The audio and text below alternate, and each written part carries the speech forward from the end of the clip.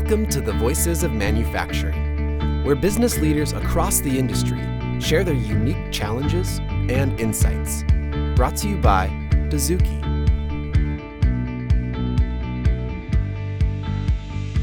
Welcome to the Voices of Manufacturing podcast. I'm your host, Brian Salee, and I'm excited to dig into a topic today that we haven't covered yet, career development in manufacturing. Joining us today is Joe Renaud. And Joe, like many of us in manufacturing, he didn't go to college with plans to get into the industry. And so we're going to dig into Joe's career path and how he ended up where he is today, working at Amazon. So welcome to the show, Joe. Hey, Brian. Thank you. Happy to be here. Well, Joe, I wanted to dig in here a little bit, on your background. You've got a pretty impressive background. You've worked for some pretty innovative companies, including Markforged, and now you're currently at Amazon. But wanted to dig in where you got started. And you were mentioning some things to me about how you went to community college and really didn't know what you wanted to do with your career. What led you to manufacturing? How'd you get into the industry? What was kind of some of the ways you got exposed to the industry? Yeah, it's been it's been a journey, and I think for a lot of us, when we look at our careers, it's certainly never a linear path, and often wanders. The way I found myself into manufacturing is I don't know how common, but I hope folks can find their way into roles like this. Going through high school, never really had a clear sense of what I was looking to do professionally, but I was always interested in motorsports, and whether it was wrenching on my ATV, racing my bike, wrenching in cars. I was always kind of focused mechanically, and I had this vision of going and getting a business degree and opening like a motorsports store and running a race team. So I went to community college after high school. Wasn't one of the highest performing students in high school, I happy to admit. I went to community college in Worcester at a school called Quinsigamond Community College to get my associate's degree.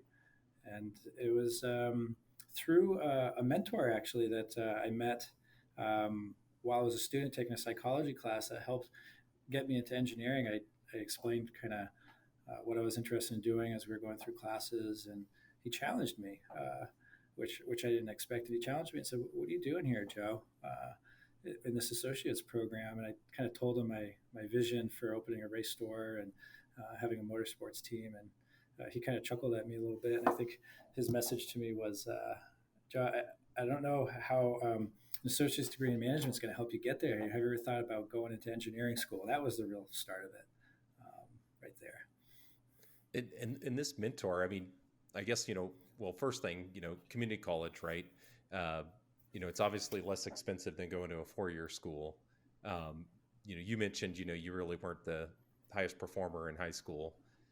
But I imagine, there's a lot of people out there who don't know what they want to do. And, going to a 4-year school might not be the best route for them, where they've got to choose a career or a degree program right out of the gate at a 4-year school. What was the big benefit for you going to community college outside of, finding a mentor and kind of finding your path? What other benefits did you see there? Yeah, I'm a huge advocate of community college after going through it myself. I think a couple of the key benefits are one, very affordable and economical and regionally located. There's a lot of community colleges close to folks, and you can go to community colleges and gain some experience in areas you might be interested in. And a lot of these schools, I've since learned, have internal pathways, and a big focus for some community college leaders and their missions is to help people progress and create pathways. So when I went, didn't want to commit to a 4-year school. From an investment standpoint, was a little concerned about the risk of investing, and Quinsig was able to roll some credits into a future school of my choosing. So I knew there was going to be a path somewhere to a 4-year college. And through my professional endeavors, actually just recently I was at the Massachusetts Manufacturing Mashup, the first year for it. It was a meeting of manufacturing leadership in Massachusetts to help drive high tech, innovative manufacturing in the state. And we met some people from Quincy, surprisingly, and they're launching a whole robotics program. So I'm actually going to start engaging with them to get some of our teammates over there to create pathways. So, yeah, I think in summary, community colleges are a great entry point for a lot of folks who might not be ready to launch into the daunting 4-year school. Yeah, no, and I'm seeing the same thing in a lot of community colleges starting to offer, internships and things like that, where they've partnered up with local manufacturers that are actually sponsoring, students to be able to go through community college and pay for some of those expenses to be able to, develop their own workforce and, essentially a pipeline or a feeder for them. Right. Right. But And you asked about the mentor as well. yeah, So this individual, and I found that folks in the academic world really look out for the future of a lot of their students. And he actually approached me and challenged me, which has kind of changed some of my philosophies on mentorship. Rather than I try to seek people to help now and use my collective experience. But he actually reached out to me and he said, "Hey, do you want some help?" And he extended the handshake, and I had to kind of step out of my comfort zone a little bit. But he said, "Hey, what are you looking to do? Can I help you?"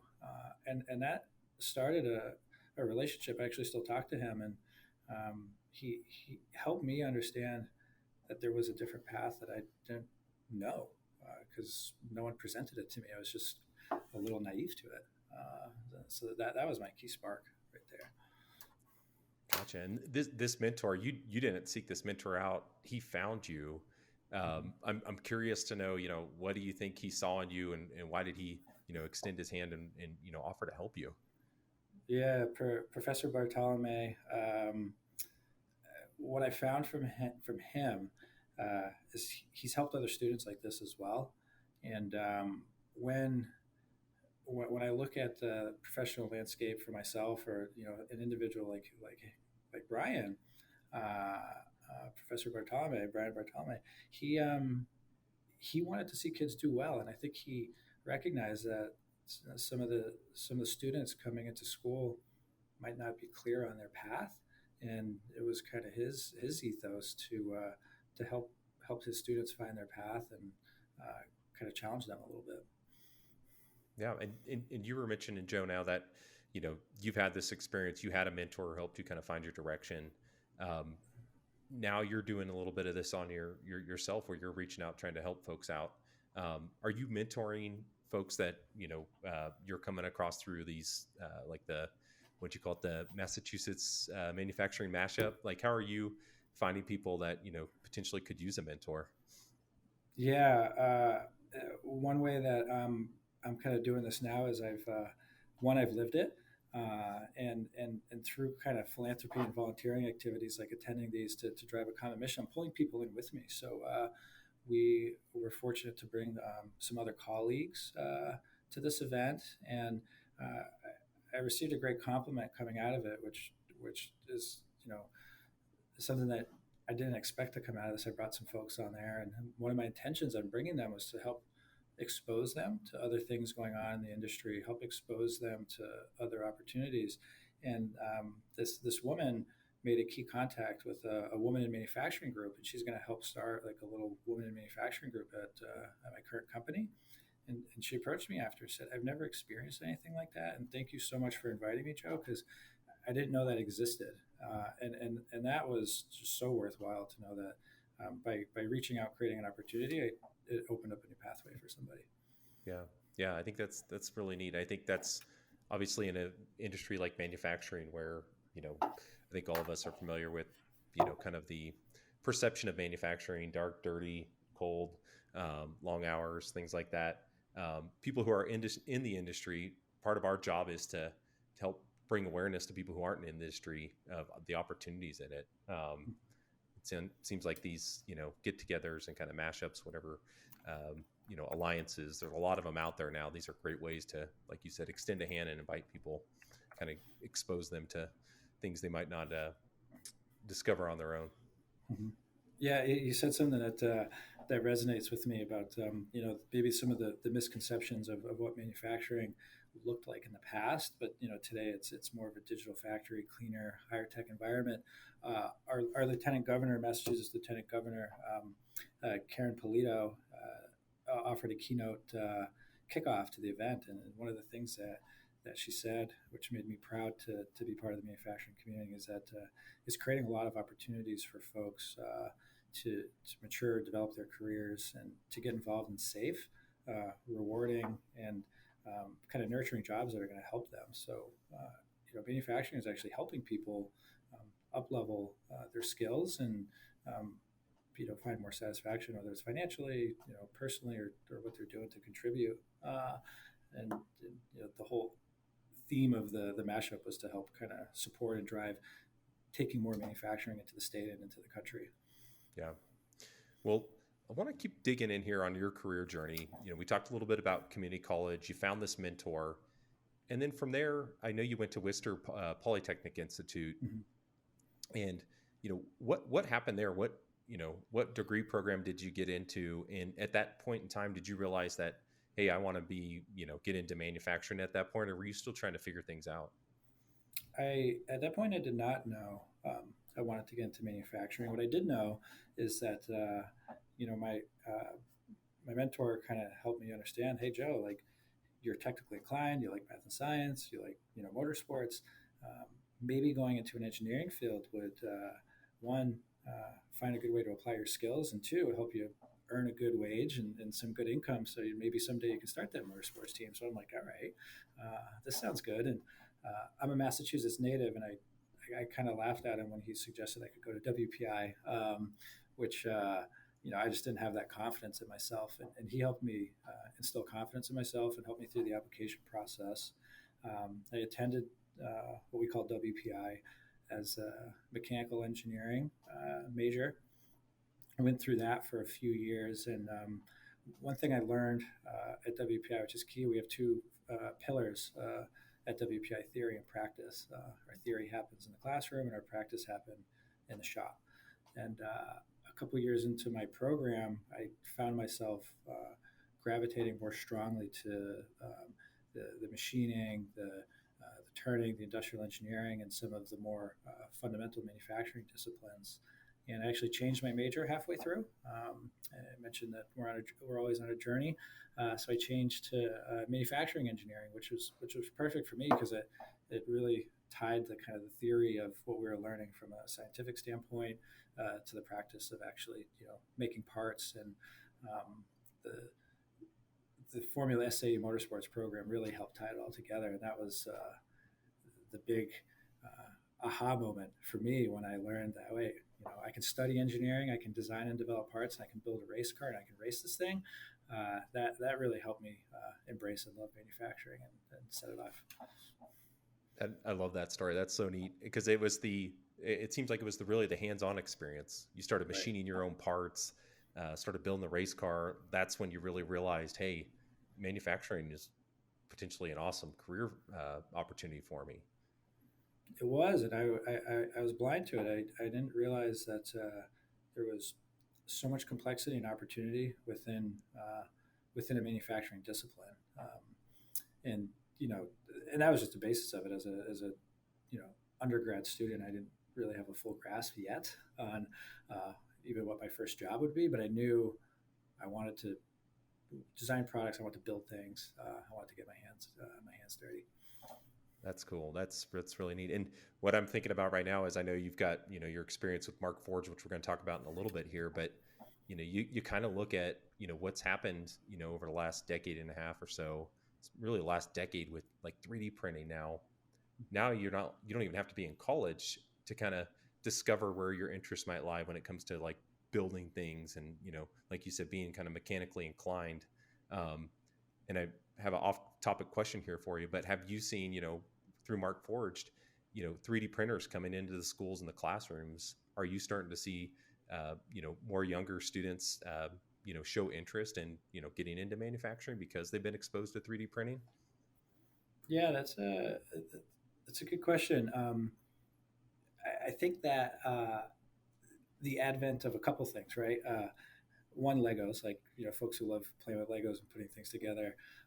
And then now tied with things like Minecraft, I have an 11-year-old son, so I'm always seeing him build these complex creations. My first experience now with children and younger people getting into something so technical as 3D printing, I saw firsthand with my boy when I joined Markforged.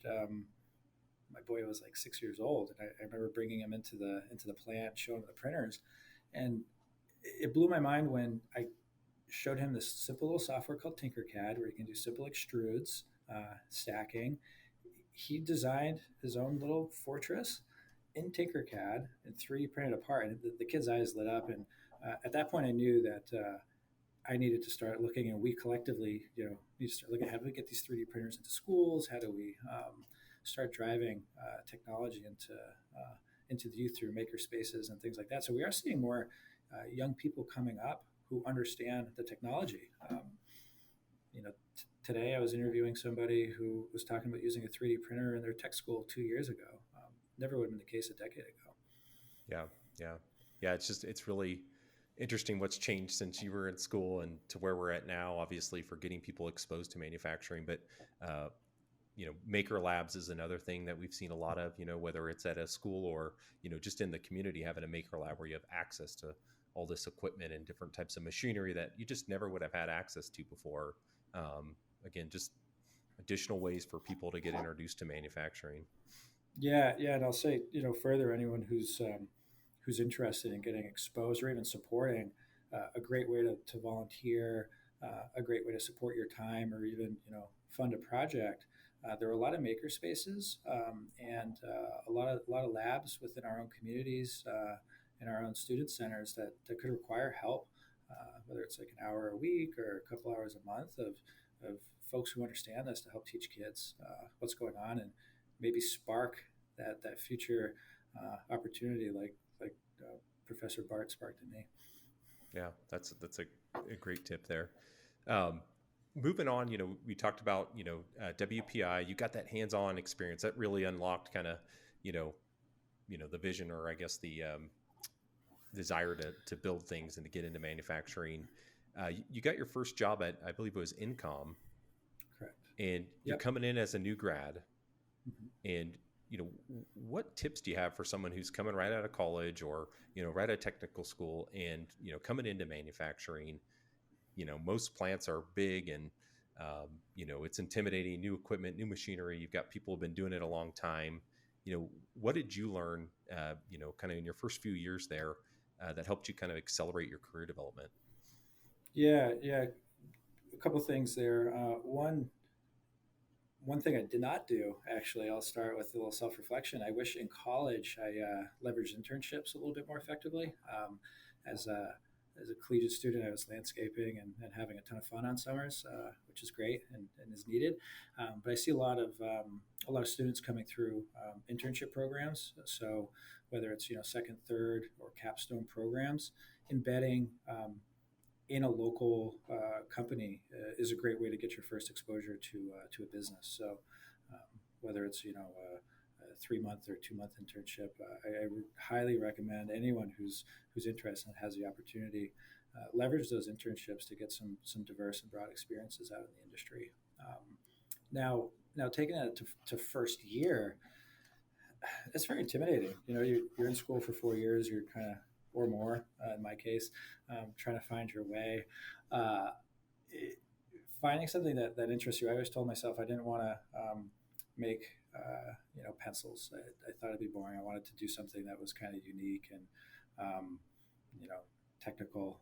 So you get to know yourself and what you're interested in.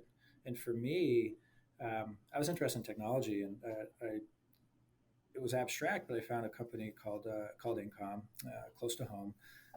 It was a little comfortable. It was close to where I grew up, but I found them at a career fair. So career fairs are extremely valuable. You have a whole consortium of all the local leaders trying to find talent. So poke around the career fairs, ask a lot of questions, do some research after to understand what the companies are doing, and I wouldn't be too worried about finding the right fit the first time out, because we all move around in our careers and learn and develop. So I guess a lesson to take away would be, find something that motivates you out the gate and step into it, because you will learn and take away something from that experience.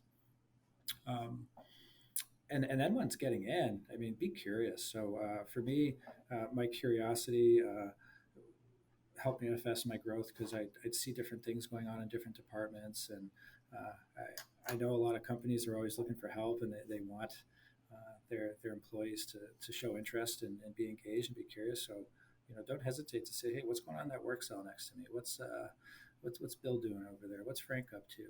Because by asking questions, and I relate things to lean, almost like a 5 why breakdown of, why are you doing that? How does it help the customer?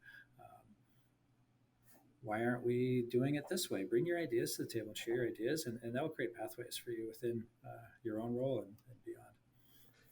Did it take you time to develop kind of the confidence to ask those questions, or was that something you just naturally had? Because I could see situations where, as a new employee, oftentimes no one wants to ask dumb questions, and sometimes that's how people perceive questions. When it's somebody who doesn't have a lot of experience. So how'd you build that confidence up? That's a funny point. Yes. Coming into new jobs, I just came into a new job a year ago. It's always a tough balance. If I ask this question, do I discredit myself, or do I come off uneducated? I hope our employers and our leaders are all empathetic and appreciate questions, but I know that that's probably not the case everywhere. But I think I probably wasn't as comfortable at the beginning, but maybe that was unlocked from one of the guys that started me in my first job, and I'm starting to do this now, is to if you're placing candidates in new roles, so say you're a hiring manager, right, and you're bringing a new employee in, employee out of school, finding projects where folks have kind of broad scope and some flexibility, I think, could be really helpful, because they're going to have to kind of navigate and probe around and figure out how to accomplish that first program and start diving deeper into that. And that can help build some confidence within the individuals. For me, I gained that confidence through my first project. I got thrown a bucket of parts from a 1940s planarization machine that was used to build tanks back in World War II, I guess. And the guy, John Escolas, said, "Here, Joe, here's the parts. Get this machine running in 3 weeks." And through that experience, I had to ask a lot of questions. And I think probably subconsciously that helped me get comfortable navigating the structure and finding out my way to go. Oh, that's interesting. So like the takeaway here for, anybody who's like a manager, hiring manager, whatever it is, when you're bringing on a new employee, potentially, like you said, giving them a project that's got a pretty, loosely defined scope, not a lot of direction, kind of let them figure it out, because you're essentially teaching them how to, discover things on their own, go ask people, ask the right questions, be able to network within the company. And I could just see those skills. If you can teach that right out of the gate, those skills, you have that foundation, it's only going to grow from there. That's a great takeaway there. Yeah. He'd check in and nudge me and kind of see how things are going. But it really helped me get to know a broad inner workings of the group. And I think in manufacturing, we're scaling, we're building new products, we're building new technologies. I think a lot of our jobs are like that anyway, as we're creating new things. So it seems a little inherent in the space as well. There has to be some guidelines, right, and some timelines. We don't want folks getting lost out there, but giving folks opportunities to explore is really important. Yeah. Well, that's a great tip. The curiosity, asking questions, not being afraid to ask, why is it this way? Why do we do it this way? You moved up, I think you were there for like 8 years or something. As you moved up through the organization, how did you continue to develop your skills? And I know, some companies have, like management programs and things like that to help employees out and develop skills as they grow. But what was kind of your progression there on developing the skills you needed for the roles you're being promoted into? Yeah, at first it started with seeking feedback and talking to the front line. There's a great book I read before going into my first job called First Break All the Rules. And one thing it taught me was that our frontline workers are people who are doing the job every day. They have a very intimate knowledge of the inner workings of the process, what's going well, what's not, and what they need. So starting there helped unlock a lot of doors for areas to look into and continue to investigate. So outside of programs, that's something that I always encourage folks to do. Now, from a career development standpoint, at Incom, we're really fortunate to utilize some services from different state-funded programs to drive lean methodologies. A group called the Massachusetts Manufacturing Extension Partnership, actually funded by NIST. There's a lot of these organizations around the country. Finding some internal development programs that the company offered to us, and I always volunteered because I knew, coming out of high school, I think I challenged myself to get more learning because I felt like I undervalued my education in high school. So I never really said no to an opportunity. And I found that most of my employers, really, my three main employers, they've all embraced, if there's learning opportunities, taking 3 to 5 hours a week to develop yourself is generally embraced, and we should create that space for all of our team members. So we had that taught me a lot about lean manufacturing, Six Sigma, and then Incom did a great thing is they launched a cohort program, which was fantastic. And I was seeking my MBA, started my MBA work because I wanted to. I sensed some gaps in myself. I was highly technical, but my EQ was lower.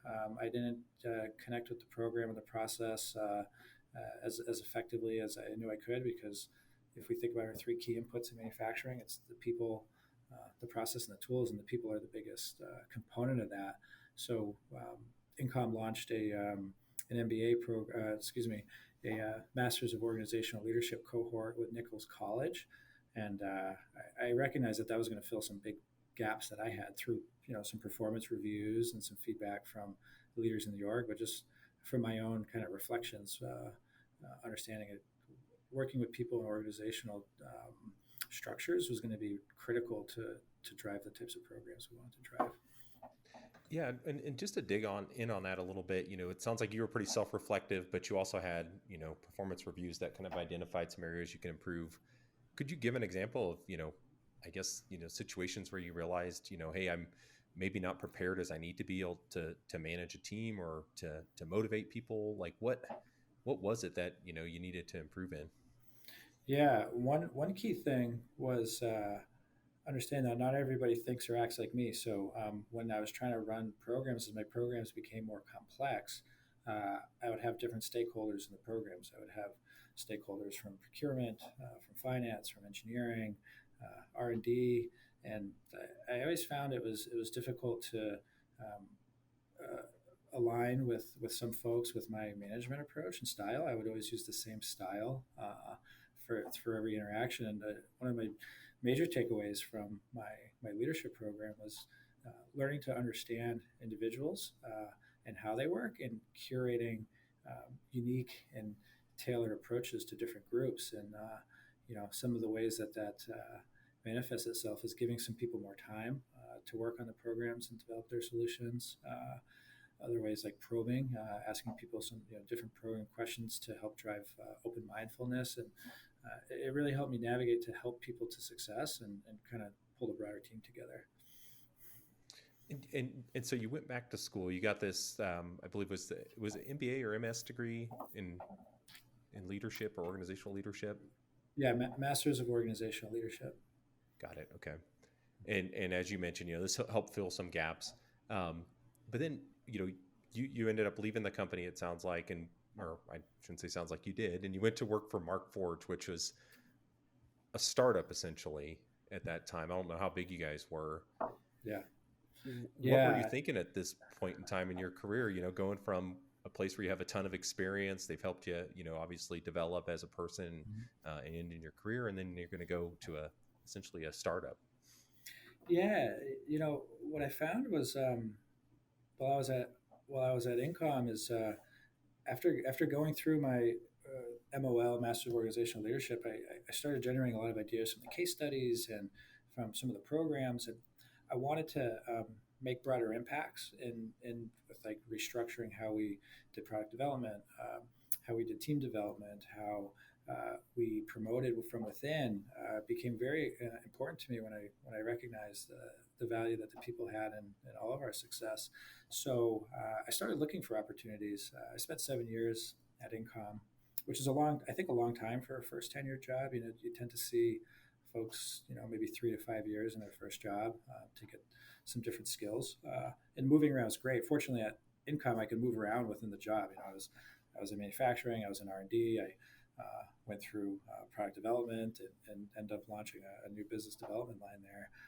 So diversity within one company is great, but I sought more. I wanted to build teams. I wanted to kind of get into the sandbox a little bit, and I was very fortunate to get referred to a position at Markforged from one of my colleagues. And when I joined Markforged, we were 35 people working out of a garage in Somerville, Massachusetts. I was hired as production manager, and I had no idea what that meant. During my interview, I could only see about a quarter of the plant, which was actually a garage, so I couldn't see past one of the garage doors. And they said, behind that garage door, that's our manufacturing, quote unquote manufacturing.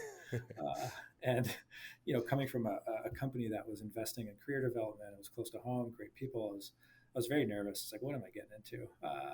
Is this thing? Am I gonna have a job in 6 months? I had no idea, but I knew, 7 years into my career, I was like, take a chance. Like, and it's a risky chance. We might not all have that opportunity, but I was like, I will learn something from this. Is what I told myself, and I took the leap of faith and started at Markforged, and that really helped change things for me.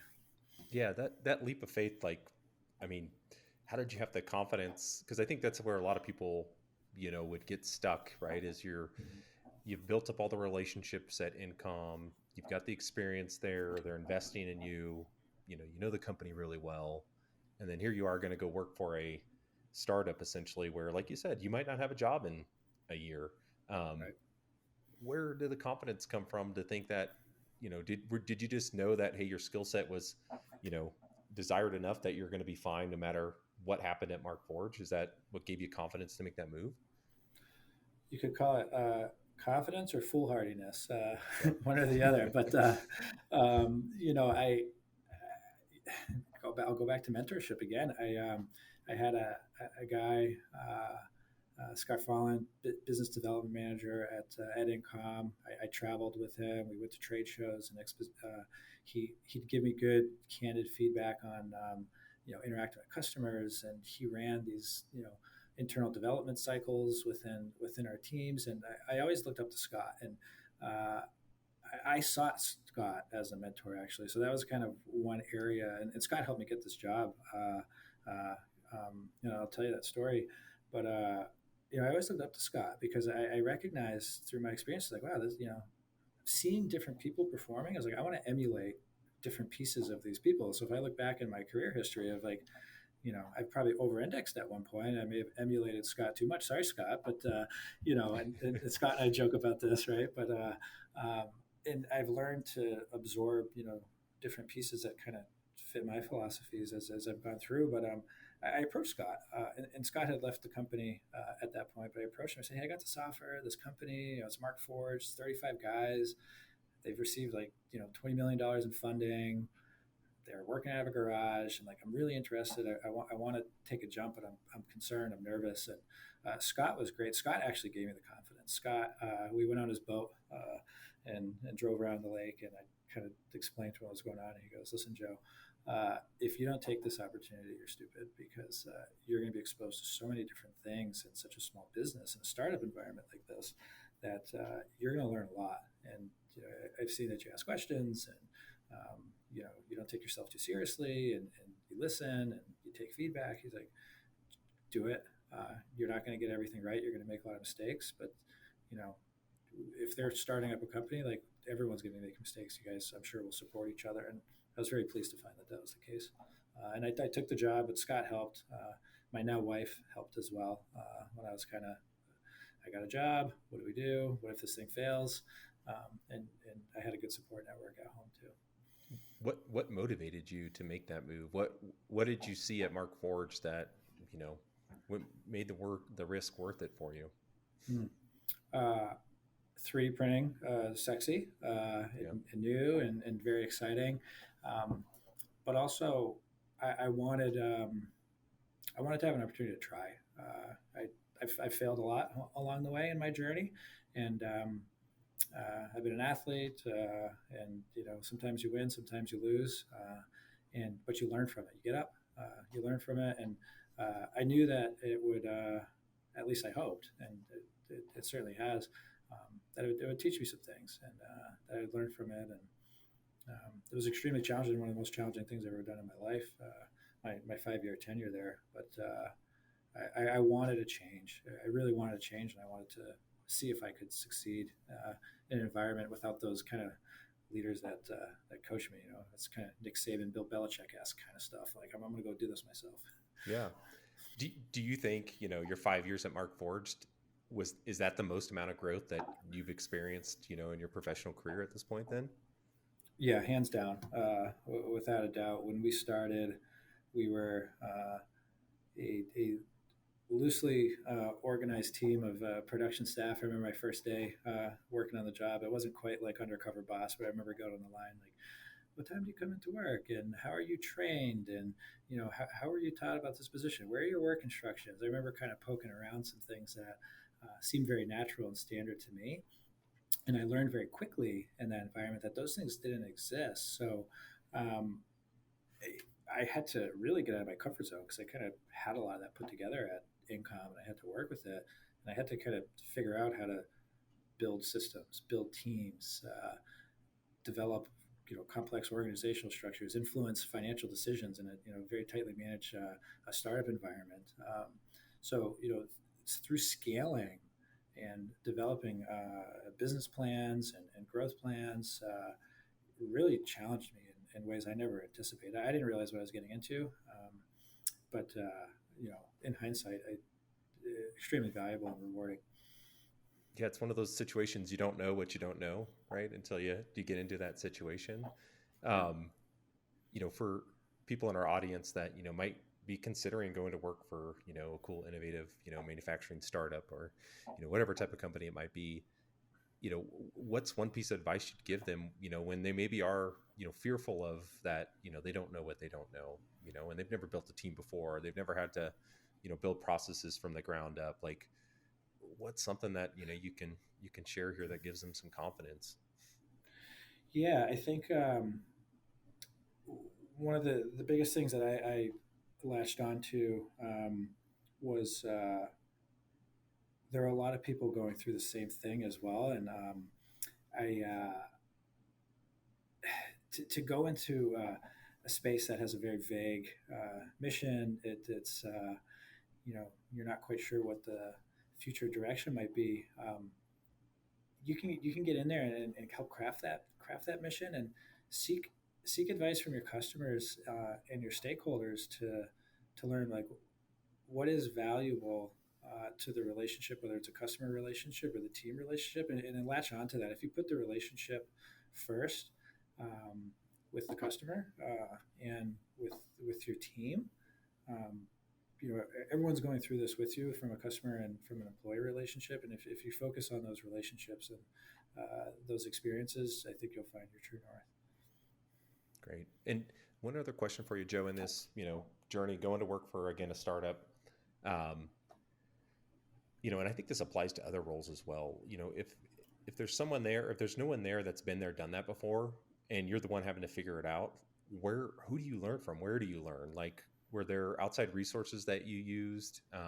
You've had mentors in your life, so I'm assuming there was some mentorship going on, but like, what are some suggestions for people who are going through this now that, they don't know what they don't know and they're trying to figure that out? Where do they find that information? Yeah, there's a lot of different ways. LinkedIn, surprisingly to me, I started getting involved in LinkedIn. LinkedIn has a lot of great areas to join affinity groups or join some. There's like plant manager groups and supervisor groups. So I remember early in my career at Markforged, I started diving. And I went to Markforged and I relocated to Boston. So I was kind of on an island there, trying to rely on my coworkers who were all like my age. I think our median age was like 29 years old when I joined the company. So we didn't have like a bunch of gray hairs around to, give us sage wisdom and bless us. So, I went on LinkedIn, networked and found some different groups and posed questions on boards. I've been a long-term supporter of the United Way, and throughout my career in the United Way, I've actually met people who have helped me. I know one thing that helped me with Markforged when I joined a local United Way, volunteered on the board. I met some people in manufacturing, got some connections and insights from them. And then, paying for trainings and bringing trainings into your organization, I think is the biggest way to really help kind of build a core team.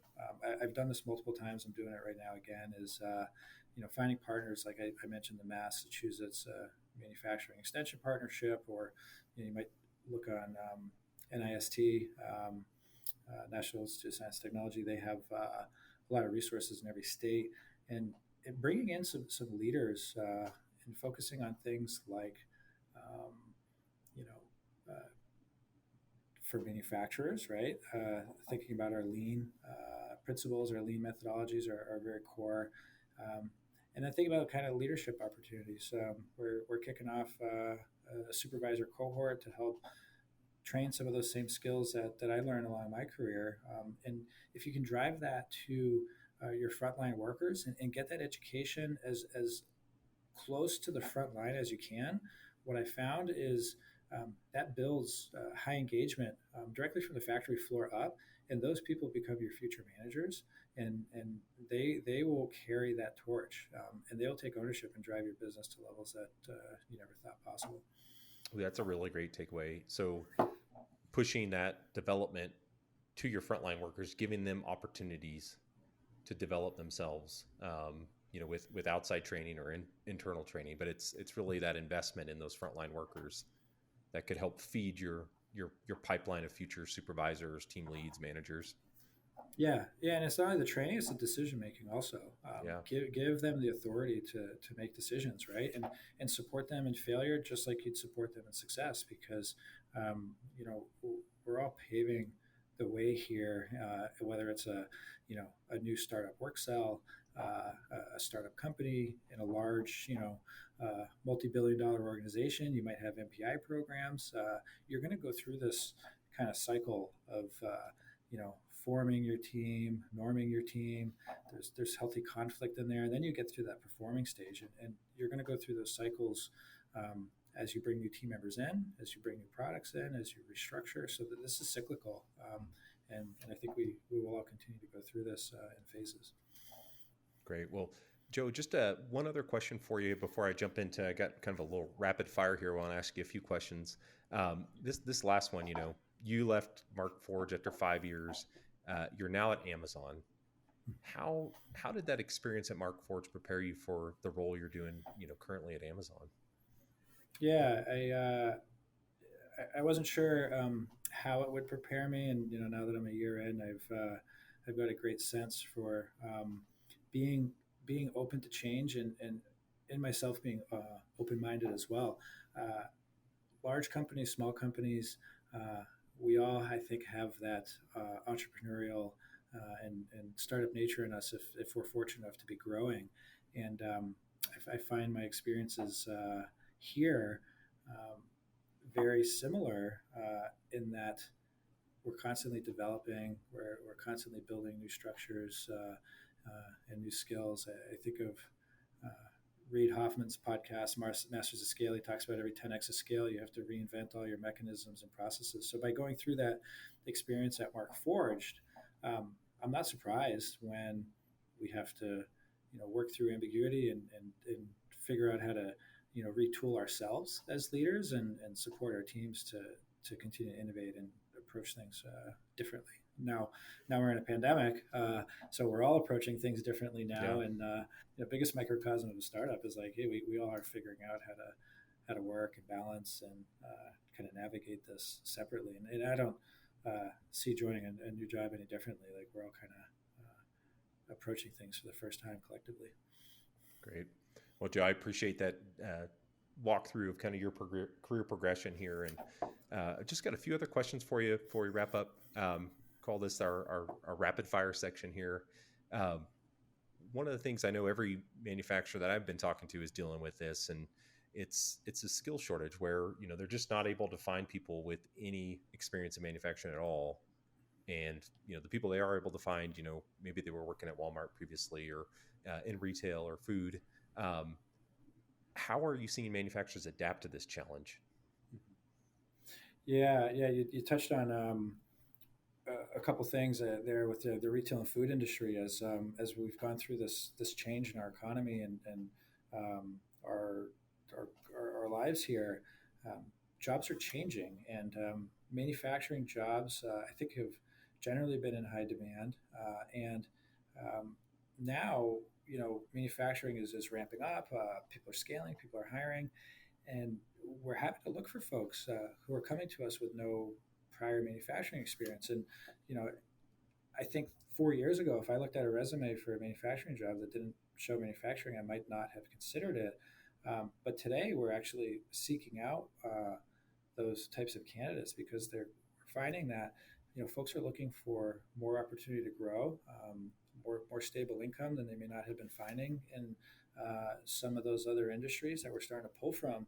And now it changes the equation for us as manufacturers because we need to now build very robust manufacturing processes that have poka yolks, that have clearly articulated language, bilingual language oftentimes, um, robust training programs with you might actually have training buddies and people who are helping to coach and shadow those young people, which is something I learned in training with an industry training at Incom, where when you're bringing on new employees, especially on a manufacturing line, like you're going to spend a couple of days with them, you're going to show the process to them, you're going to have them demonstrate it to you. You're slowly going to taper off your training. So our training mechanisms and feedback processes become very important now. Because we're not, taking someone who worked at the machine shop next door and bringing them onto our machine shop.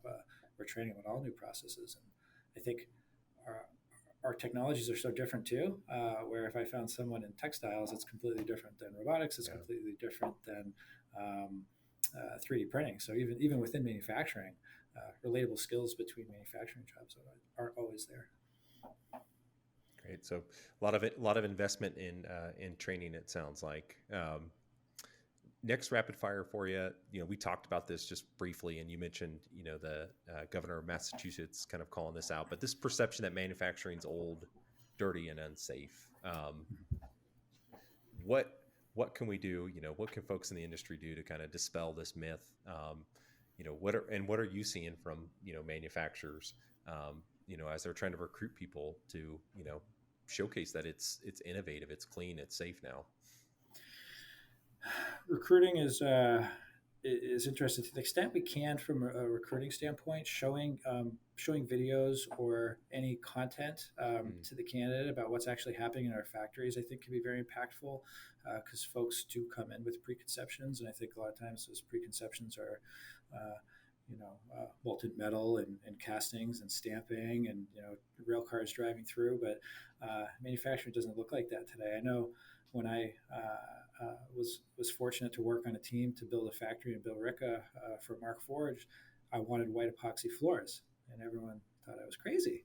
And I said, no, but we got to think about our cleanliness and organization. And I see that more and more when I'm walking through factories. Is polished concrete, bright floors, clean, nothing on the floors. So from a health and safety, productivity, and efficiency standpoint, manufacturers are embracing clean, open, and high-tech environments. So, manufacturing today looks very different. You have lift assist, you have, different tools to manipulate products. You have improved lighting. You have digital work instructions in front of people. Suzuki's, doing great things with digital work instructions and being able to tie the process to the person on the line gives you all the tools that you need in there. And we're training workers. So, for folks, they might be intimidated to come in and work in our factories. And I think, one big thing I'd like to do, and I advise to break through, is talk to our candidates that we're trying to recruit that, hey, we have the tools and systems in-house to train them and educate them, and we are going to keep you safe. And I think that can help break the barriers that folks might have of thinking of like an unsafe, hazardous, if you watch Zoolander, great movie, got the black lung pop, thinking about being down in the mines, like it's not like that. Yeah. I really like that takeaway though, pictures and videos, like on your careers page, how do you kind of give people an idea of what it's like to be in your factory. I've seen a few manufacturers kind of do like a day in the life type of videos on YouTube and things like that. And those are great as well. Excellent. Well, one thing to add there, sorry to interrupt, is we do need to think also about benefits and if you bring in workers and train them and they leave, it's sometimes you might think about that as a lost investment, but I think it could be the biggest compliment ever if you bring somebody in, you train them, and they move on through their career. So, communicating to the extent that you have those structures, the educational opportunities, or even if you're running little classes or seminars within your factories, your digital factories or your workplaces, let the candidates know that, because more often than not, I think people want to learn. Yeah, opportunities for advancement. That's something we talk about quite a bit. Well, great, Joe. This has been, a deep dive into your career progression, which is, again, very interesting background that you have, and obviously working for some really innovative companies. I appreciate you coming on. And if people want to reach out to you, pick your brain, maybe they've got questions about how they could progress in their career or how they might help mentor other people. How could they reach you? Yeah, I would love that. That'd be great. I think LinkedIn is a great place to find me. I think I am actually listed on LinkedIn as someone you can reach out to for career advice. But you can find me on LinkedIn, and I'm happy to find other ways to connect as well. What other ways, Brian, to folks connect with people like myself? LinkedIn's a good one. I think we'll throw your LinkedIn profile link on the podcast page, and then if anybody else wants to get in touch with you, obviously LinkedIn has your contact information, so they can reach you that way. Yep. Excellent. Yeah, happy to talk. Well, Joe, thanks for your time today, and best of luck to you. Thank you, Brian. It's been great to be invited on the podcast, and looking forward to seeing what's next for manufacturing in the States here. Awesome. Thank you, Joe.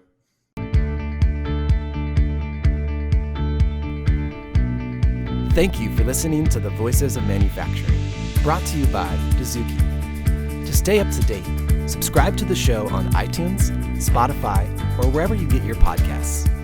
Visit dozuki.com/podcast to learn more.